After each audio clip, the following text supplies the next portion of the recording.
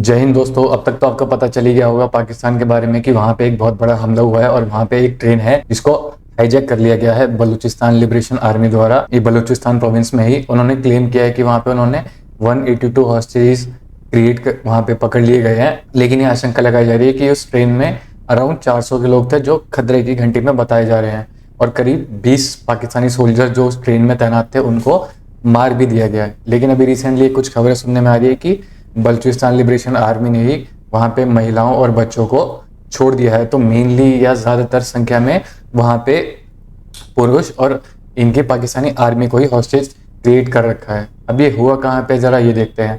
तो बेसिकली पाकिस्तान में 4 बड़े प्रोविंस हैं हमें पता है। एक खैबर पख्तूनख्वा, पंजाब, सिंध और या फिर बलूचिस्तान। तो जो ट्रेन जा रही थी उस ट्रेन का नाम था यहाँ पे जाफर एक्सप्रेस। ये कहाँ से जा रही थी? ये हमारी क्वेटा से मुल्तान होते हुए पेशावर की साइड जा रही थी।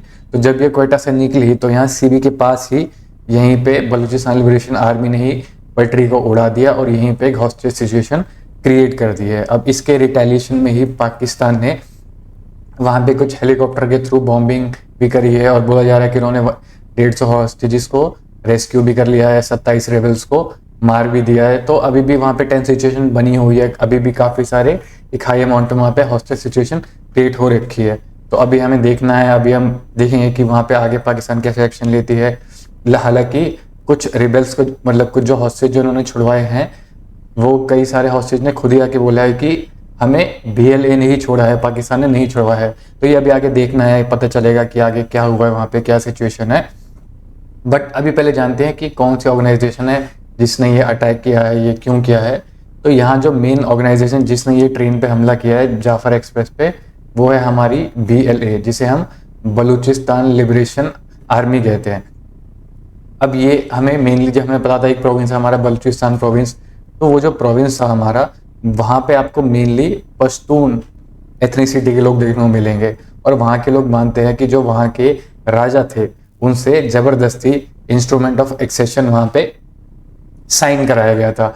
जबरदस्ती कराया गया इंस्ट्रूमेंट ऑफ एक्सेशन साइन वहाँ पे 1948 में। तो वहाँ के लोग मानते हैं कि हम उनको पाकिस्तान के साथ नहीं रहना था, उनको सेपरेशन चाहिए। बट ये तो एक रीज़न है ही, उसके अलावा एक और भी रीज़न है, वो हम इकोनॉमिक समझ सकते हैं। क्या? क्योंकि एक तो वो जो प्रोविंस है वो काफ़ी नेचुरल रिसोर्सेज में रिच प्रोविंस है। लेकिन आप पाकिस्तान के अंदर देखते हो सारी की सारी प्रॉस्पेरिटी आपको सिर्फ पंजाब में दिखती है। मतलब बलूचिस्तान के रिसोर्सेज आप पंजाब में ले जाते हो और वहाँ यूटिलाइज करते हो। बलूचिस्तान को जानबूझ के गरीब रखते हो, वहाँ डेवलपमेंट की कुछ प्रोग्रेस नहीं करते हो। तो ये भी उनके अंदर एक एलियनेशन की फीलिंग क्रिएट करती है कि आप हमारे लिए तो कुछ कर ही नहीं रहे, हमारे रिसोर्सेज को भी एक्सप्लॉइट कर रहे हो, हमारे लोगों को भी मार रहे हो। तो वो उनसे आज़ादी चाहते हैं। तो ये तो हमें देखने को मिलता है। ये तो हो गया BLA का। लेकिन पाकिस्तान में सिर्फ बलूचिस्तानी प्रॉब्लम नहीं है, एक टेररिज्म भी बहुत बड़ा प्रॉब्लम रहा है। जैसे कि ये तो हो गया BLA, इसके अलावा एक और ऑर्गेनाइजेशन है जिसने अभी रिसेंटली ही एक हफ्ते पहले ही वहाँ पे अटैक किया है, जो कि वहाँ पे तहरीक तालिबान पाकिस्तान इन रिसेंटली एक हफ्ता पहले ही, ये आप देख पाओगे, ये 5 मार्च का ही आर्टिकल है। उन्होंने एक सुसाइड बॉम्बिंग की थी। कहाँ पे? पाकिस्तान के आर्मी बेस के पास एक सुसाइड बॉम्बिंग गिरी जिसमें ऑलमोस्ट 18 लोगों की जान गई, जिसमें से 5 सोल्जर भी थे। तो ये आपको देखने को मिल रहा है कि बार बार टाइम एंड अगेन अटैक हो रहे हैं। और ये तहरीक तालिबान भी एक तालिबान आइडियोलॉजी वाली ऑर्गेनाइजेशन है। वो भी चाहते हैं कि शरीयत आ जाए, या जैसे पाकिस्तान खुद सेलिब्रेट कर रहा था जब अफगानिस्तान में तालिबान का राजा आया तो पाकिस्तान सपोर्ट कर रहा था, सेलिब्रेट कर रहा था। लेकिन जब उसकी कंट्री में तहरीक तालिबान पाकिस्तान जैसी ऑर्गेनाइजेशन है, वो चाहते हैं कि पाकिस्तान में भी तालिबान का राजा है, तो वो उसके अगेंस्ट बोलते हैं, उसको बोलते हैं कि टेररिज्म है, खराब है ये। तो ये डुअल आइडियोलॉजी या कहें तो डबल फेस हिपोक्रेसी हमें बार बार देखने को मिलती है यहाँ पे। बट यही नहीं, उसके अलावा भी कई सारे टाइप्स ऑर्गेनाइजेशन जिनको वो पनाह देता है, जैश ए मोहम्मद हो गया, लश्कर तोयबा हो गया, ये भी बार बार पाकिस्तान पे अटैक हमें इसलिए देखने को मिला है। अभी हमें पता है कि लास्ट मंथ ही एक स्कूल पे अटैक हुआ, मस्जिदों पे बार बार अटैक हो रहे हैं, और वो यही टेररिस्ट ऑर्गेनाइजेशन बार बार करी जा रही है। अब इस प्रॉब्लम का सोल्यूशन बहुत पहले एक बार हिलरी क्लिंटन ने ही इनके सामने ही बोला था पाकिस्तान में। ये आपको एक डेकेड पुराना ऑलमोस्ट 2011 का आर्टिकल है, जब हिलरी क्लिंटन ने पाकिस्तान में आके ही उनको एडवाइस दी थी। क्या बोला था? You can't keep snakes in your backyard and expect them to bite your neighbour.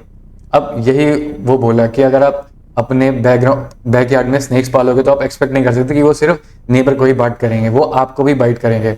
और यही सेम लाइन रीआइटरेट करी हमारे जयशंकर ने कुछ साल 2 साल पहले ही। ये मैं आपको उसकी क्लिप दिखाता हूँ, आप सुनिए। More than a decade ago, Hillary Clinton was visiting Pakistan, Islamabad. Hina Rawani Khan was a minister at that time. Standing next to her, Hillary Clinton actually said that if you have snakes in your backyard, you can't expect them to bite only your neighbors.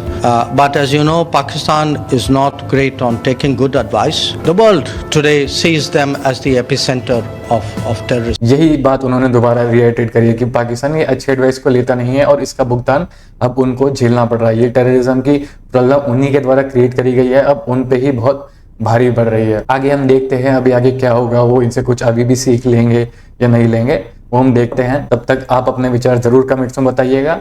मिलता हूँ आपके साथ अगली video में, तब तक खुश रहिए और हमारे चैनल के साथ जुड़े रहिए ऐसी अगली वीडियो के साथ, और चैनल को सब्सक्राइब कर लीजिएगा। फिर बाय बाय।